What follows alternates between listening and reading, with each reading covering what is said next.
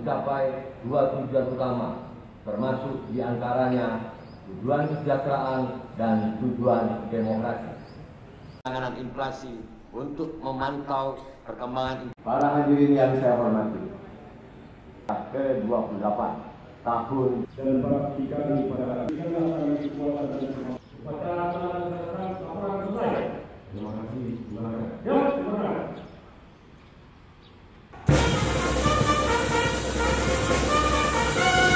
Selesai.